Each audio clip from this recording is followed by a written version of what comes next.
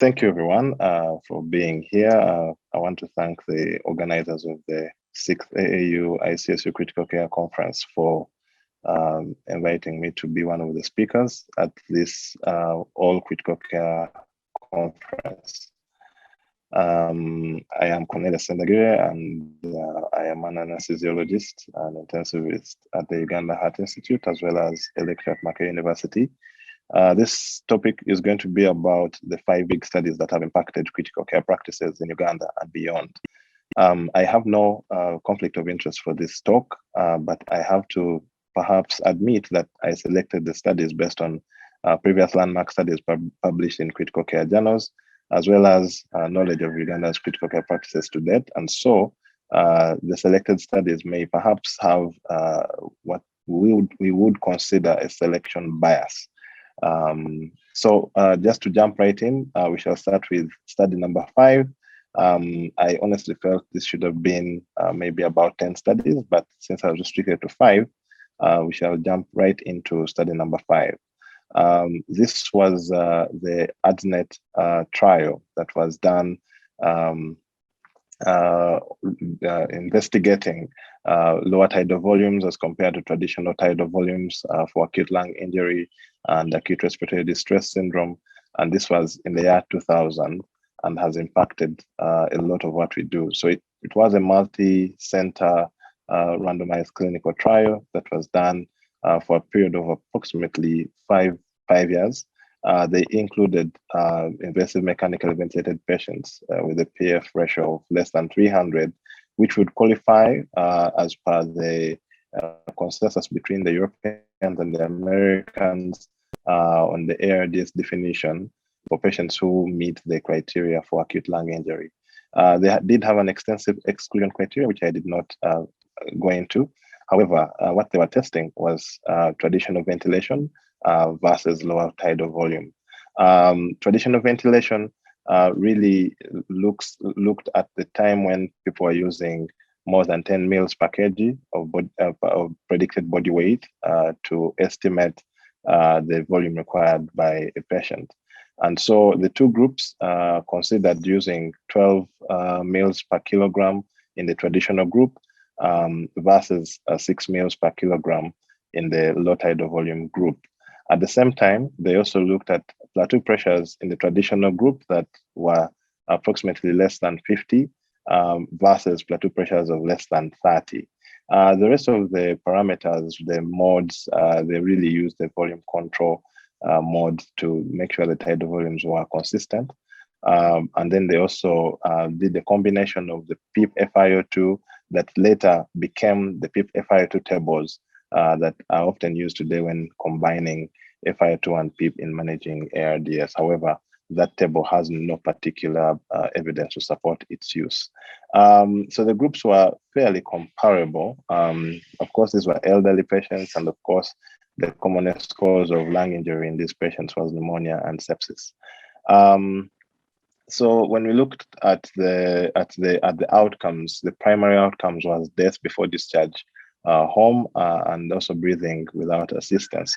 There was a significantly lower percentage in patients who are receiving low tidal volume compared to those who are receiving traditional volumes, as you can see. And so this study revolutionized the use of mechanical ventilation. Breathing without assistance was also much higher in the lower tidal volume group, as well as the number of ventilator-free days were more in the lower tidal volume group.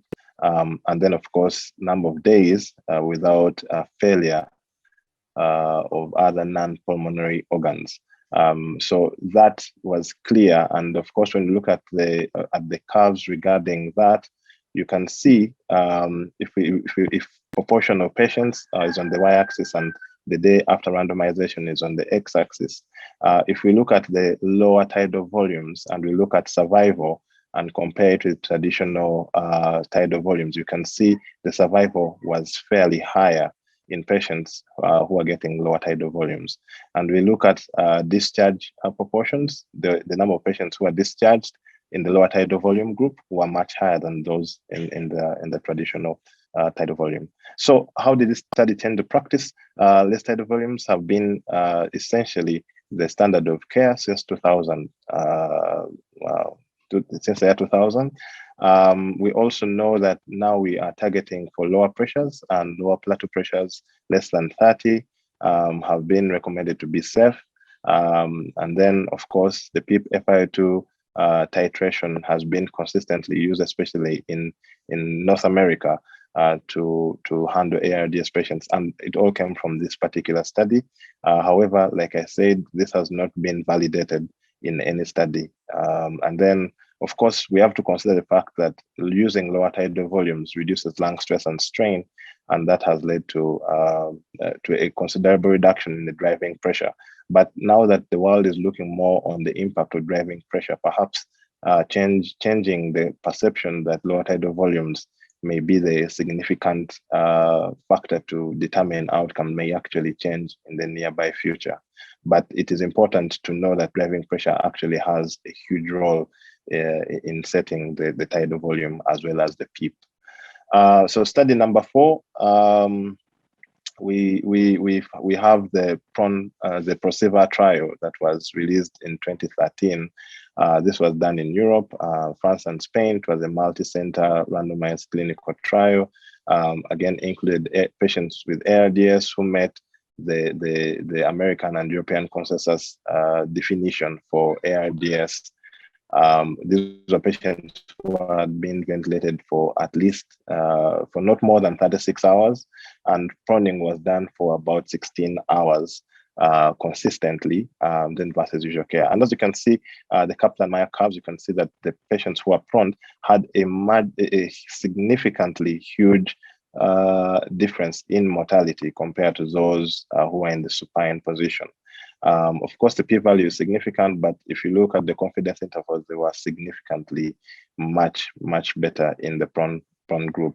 Of course, less mortality in the prone group, and as you can see there, both 28-day and 90-day mortalities were significantly lower. If we look at success of extubation, it was again much higher in the prone group. If we look at the ventilator-free days, again, it was more in the prone group, both at 28 days and at 90 days. So this study significantly changed practice in the sense that moderate to severe ARDS has been managed more with prone positioning, especially in Europe. Until COVID-19 pandemic, prone positioning had not been significantly taken on by most of the world except in Europe. But after that, after the COVID-19 pandemic, prone positioning has become a standard of care for ARDS patients. And then, of course, it generated some change in practice regarding awake proning as part of the COVID-19 interventions. And that has also seen a significant improvement in care of these patients. Now, one of the challenges with prone positioning is human resource, both in terms of skill and in terms of numbers. And then, so there are ways in which we could perhaps have less number of staff doing the prone positioning, but having safety improved. And perhaps this is the way we need to go to find innovative ways to make this happen. The third study that has had an impact in our setting and the world was the CRASH-2 trial. This was a multinational trial in 40 countries and 274 hospitals with nearly 20,000 patients randomized to either receive tranexamic acid of 1 gram for 10 minutes and then 1 gram over 8 hours versus not getting a placebo. And then, of course, the primary outcome was death. And then they're also looking at vascular occlusive events as well as blood transfusions that are associated with trauma. And therefore, they wanted to see what if that would have an impact on the outcomes of these patients, having less transfusion and having better survival rates. So if we look at the number, the deaths contributed to by hemorrhage, you can see that in the first 24 hours, the death was largely as a result of bleeding being the major cause. So the use of tranexamic acid actually showed a significant reduction in mortality. And the confidence intervals do not cross 1, as you can see. So there is a protection in using tranexamic acid in terms of reducing the deaths that would be expected. So while tranexamic acid does increase the clotting, it did not actually show an increase in thromboembolic events. And so the safety profile of this drug is quite high. It's not that expensive. It's been largely used in a setting where we have trauma as one of the leading causes of death. Tranexamic acid use has become relatively routine, even if it may be misused. Again, in a setting where we do not have a lot of blood supply and we have so many trauma patients who may actually be bleeding, and knowing very well bleeding is one of the leading causes of death in the first 24 hours, tranexamic acid may actually have a huge role, despite having a number needed to treat being that low. It is worth a shot. And then, of course, we have to be cognizant that we shouldn't misuse tranexamic acid, even if the risk of thromboembolic events is relatively lower. And then, so we jump into study number 2, and this was, again, a study from the year 2000. This was the early goal-directed therapy treatment for severe sepsis and septic shock that was conducted by Rivers and in the emergency department of a single center.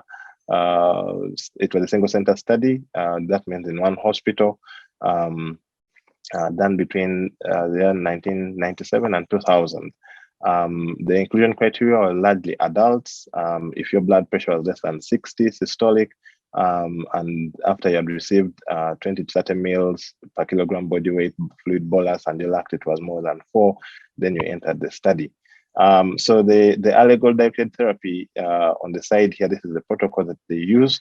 So basically, a patient comes in, they may be intubated or not, but what happens at that point is that they will place in a central venous catheter, and if the CVP was less than 8, then you got fluid therapy, and to target a CVP of 8 to 12, and that was the first target for hemodynamic control.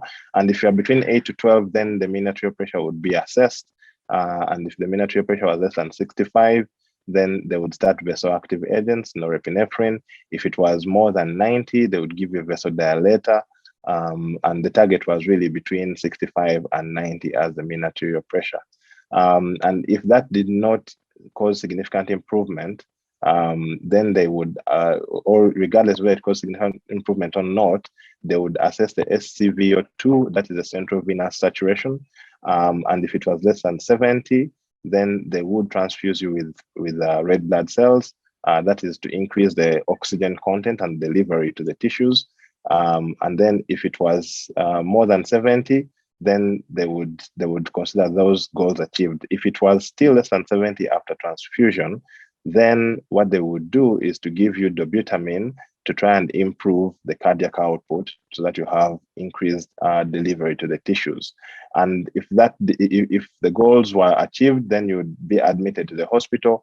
This protocol took about 6 hours in the emergency department to be achieved. And if it was not achieved, then perhaps they would consider having more organ support like sedation, intubation, and paralysis. This study actually found a significant. They actually found a significant difference in hospital mortality related to early goal-directed therapy versus standard therapy. At the time, it was unclear how septic shock and sepsis were being managed. However, the early goal-directed therapy was simply clear. The standard therapy was not protocolized. It was left upon the clinicians to determine how they would manage septic shock patients. And as you can see, patients who had septic shock had a significantly lower mortality, both at 28 days and at 60 days.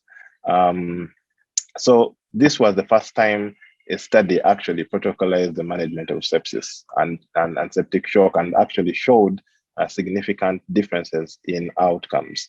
The question was it the protocol that looked at the early goal-directed therapy that made the difference, or was it some component within the early goal-directed therapy that made a difference?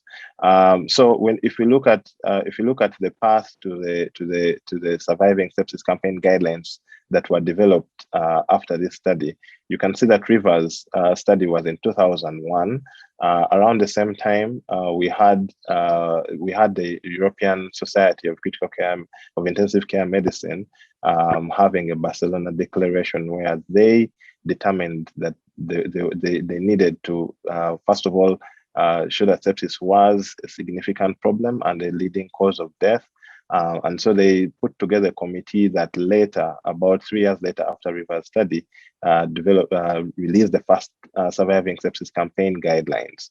And with these guidelines, they've adopted the EGDT, that's the early goal-directed therapy protocol, in the first guidelines, because that was the first study to actually show significant differences. However, there was no replication of Rivers' study throughout the couple of years that passed up to 2008 when they released the second guidelines. There were still some elements of Rivers' study that were within the 2008, but it was not completely taken up simply because other studies, observational studies at that, were not able to show a difference. The third iteration of the surviving sepsis campaign guidelines again came up in 2012, and they were starting to now question some of the elements that were within Rivers' protocol. Number one, its applicability, as well as restoring the mean arterial pressure using the pressors. So the biggest studies that came out between 2012 and 2017 were the Process, Arise, and the Promise that looked at the early goal-directed therapy versus usual care, by which time usual care had actually changed because Rivers had shown that if we focus on resuscitating the patient and providing certain hemodynamic stabilization, as well as maybe antibiotics and monitoring the patient thereafter aggressively, we could change outcomes. So when the Process, Arise, and Promise came out at the time, usual care was not necessarily the same as before Rivers' study. Again, the TRIS trial looked at transfusion. Again, remember that one of the elements in Rivers' protocol was transfusing if the hematocrit was less than 30. So the 2017 guidelines were vastly different, and they eliminated a lot of what Rivers had put in. However, there were still remnants of Rivers' protocol within the guidelines to date. Septic shock and sepsis has significantly improved over the years, but some of the aspects that remained were things like lactate, the fluid administration of 30 mils per kg that is really not validated in any particular trial, and then of course using a lactate of more than 4 to indicate someone is in septic shock has also persisted. But the current guidelines are focused on measuring lactate, obtaining cultures, giving antibiotics, broad spectrum, and giving fluids, and then starting vasopressor therapy when the mean arterial pressure is still less than 65. The difficulty in these protocols has been that we still have not yet seen significant changes in low-income countries. And so that compared to high-income countries. And that may be related to so many factors, from education to availability of resources to awareness. These are some of the barriers that perhaps may limit our capacity to see significant changes with these guidelines being in place. So finally, the number one study, and you're all probably aware of this study. This was the recovery trial that came out last year. And this is a trial on this is a trial on dexamethasone. It was a multi-center study done in the UK where they tested dexamethasone 6 milligrams OD for 10 days versus placebo. And they looked at the mortality at 28 days as the primary outcome.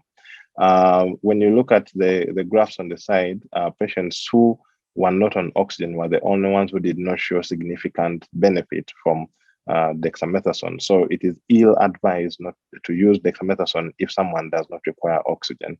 So those who on oxygen had some level of benefit. However, those who are getting mechanical ventilation had significant benefit compared to the others. And as you can see, the curves clearly separate with less mortality in dexamethasone compared to the usual care. Again, patients who are not getting oxygen, they are better off not being on dexamethasone, while those who are mechanically ventilated and showed significantly higher benefit, as well as those who are on oxygen. And this study, of course, led to the use of dexamethasone in management of COVID-19 patients world over. It's a cheap drug, it is readily available, and I don't think the stocks are about to run out. So was there any evidence before the recovery trial that perhaps would suggest that ARDS can be managed with some steroids? And the answer was yes. Just in, I think, 2020 or 2019, the DEXA ARDS study was released. It was a study done in Spain with 17 ICUs looking at ARDS and giving dexamethasone 20 milligrams for OD for the first 5 days, and then 10 milligrams OD for the next 5 days, and that was versus usual care. And as you can see, the probability of survival with dexamethasone was significantly higher in this study. There was definitely less mortality with dexamethasone. If you looked at the other outcomes, the primary outcome was ventilator-free days.